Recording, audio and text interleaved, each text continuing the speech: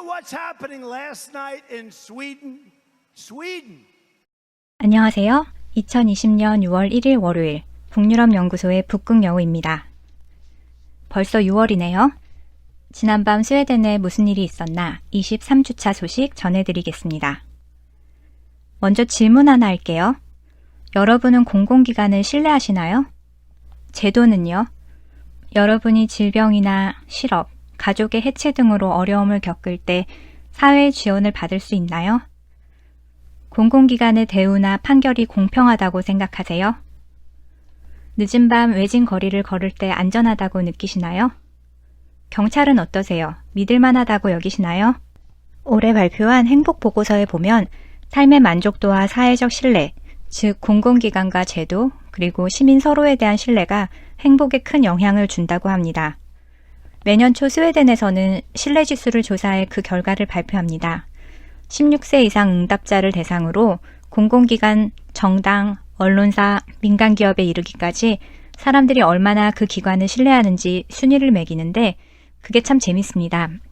결과치를 보면 어떤 면에선 좀 낯설기도 하고요. 먼저 공공기관의 순위를 보겠습니다. 스웨덴 사람들이 가장 신뢰하는 공공기관은 어디일까요? 바로 경찰입니다. 2017년부터 상승세를 이어와 올해는 신뢰도 73으로 1위를 차지했습니다.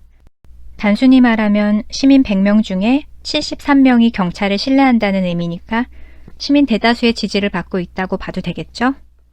2017년이 제가 기억하기로는 스톡홀름 시내에서 폭탄 테러가 벌어진 해였는데 아마 스톡홀름 경찰이 대처를 잘한 모양입니다. 아니면 그 사건 때문에 경찰의 역할이 부각된 것일 수도 있겠습니다. 2000년대 초반까지만 해도 스웨덴은 범죄가 많지 않아서 지방 파출소의 경우 통폐합되거나 인력을 줄이는 일도 많았는데 2017년을 기점으로 국제 테러가 발생하고 폭력 조직의 다툼이나 마약 거래 등 범죄가 늘어서 경찰의 활동 또한 늘었거든요. 그러니 경찰에 대한 신뢰가 높은 것은 무척이나 긍정적인 일이지만 어찌 보면 마냥 반가울 수만은 없는 결과이기도 합니다. 그 다음으로 신뢰받는 기관은 대학 등 고등교육기관입니다. 민주주의의 전제 조건은 똑똑한 시민입니다. 스웨덴은 모든 연령대에 있어서 교육을 강조하기 때문에 대학에 다니지 않더라도 평생 교육의 개념으로 다양한 주제를 공부할 수 있는 프로그램이 많습니다. 대학에서도 시민 대상으로 무료 또는 매우 저렴한 등록비만 내면 들을 수 있는 질 높은 강의를 제공합니다. 어느 한식당에서 만난 60대 아주머니도 지속가능 발전이라는 말이 뉴스에 하도 많이 나와서 뭔지 배우려고 근처 대학에 그 과목을 등록해 배우고 있다고 하시더라고요.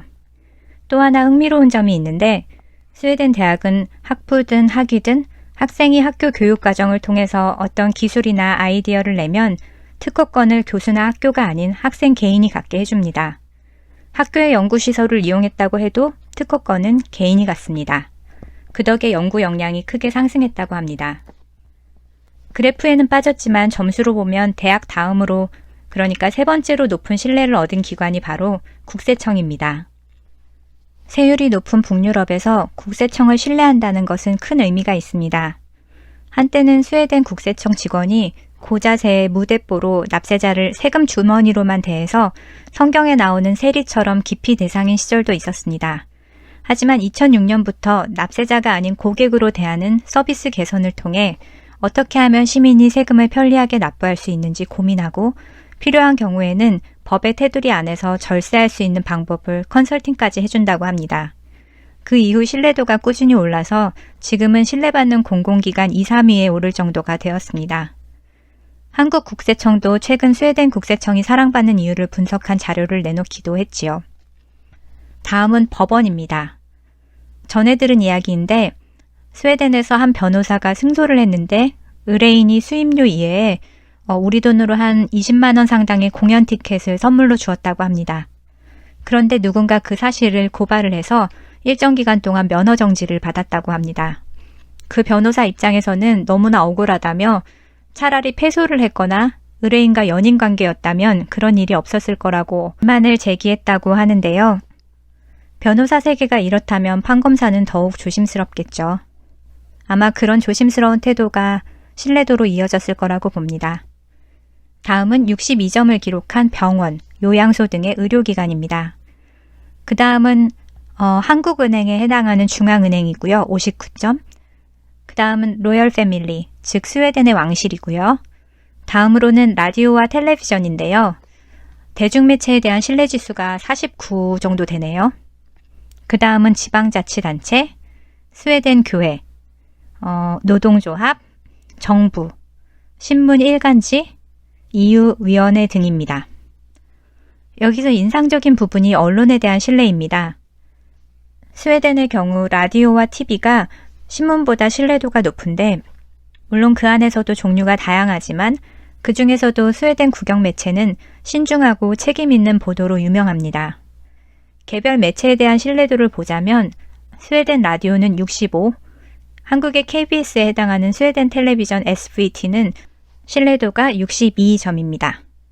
신문 중에서도 각 지역 소식을 다루는 지역지나 제가 자주 인용하는 다겐스 니에테르나 SVD, 스펜스카 다그블라데 등은 47점, 54점 정도의 높은 신뢰지수를 보입니다. 하지만 언론 중에는 정론지만 있는 건 아니니까요. 전체에 대한 신뢰지수는 평균을 내다보니 좀 낮아져서 40점대입니다. 그래도 언론에 대한 신뢰는 무척 부러운 지점입니다. 대기업과 은행에 대한 신뢰지수가 32점 정도인데 정부가 34점이 나왔으니까 비슷한 수준으로 높지 않은 편이고요. 정당에 대한 신뢰는 15로 가장 낮은 축에 듭니다. 과거에 비해서 정부와 정당에 대한 지지가 계속 하락세인데요. 그런데 공공기관에 대한 신뢰는 높으니까 이걸 어떻게 해석을 해야 될지 잘 모르겠네요. 브랜드에 대한 신뢰도도 재밌습니다. 이참에 몇 가지 대표적인 스웨덴 브랜드를 확인해 보자면 이케아가 1위고요. 볼보, 그 다음 스칸디나비아 에어라인인 사스, 그 다음 에릭손, 그 다음 H&M 순입니다. 여긴 빠져있지만 국가 주류 독점 회사인 시스템블락의 점수가 72로 69를 얻은 이케아보다 더 높은 신뢰도를 얻었습니다. 오피니언 리더에 대한 신뢰도도 재밌습니다.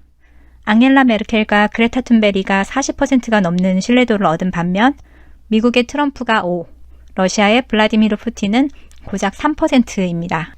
응답자를 분석하면 스웨덴 안에서도 극우 정당 지지자 사이에서 트럼프와 푸틴에 대한 선호도가 높게 나옵니다. 얼마 전에 SNS에서 유행했던 나와 잘 맞는 지도자 테스트에서 저는 푸틴이 나왔는데 3%라니 좀 안타깝지만 담담히 받아들이겠습니다. 자, 여러분은 신뢰하는 기관이 어디인가요? 언론을 신뢰하시나요?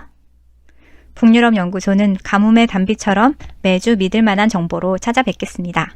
날씨가 부쩍 더워졌는데 이번 한 주 활기차게 보내세요. 헤이도! 더 많은 뉴스는 페이스북에서 북유럽 연구소를 찾으시거나 북유럽 연구소 브런치를 참조하세요.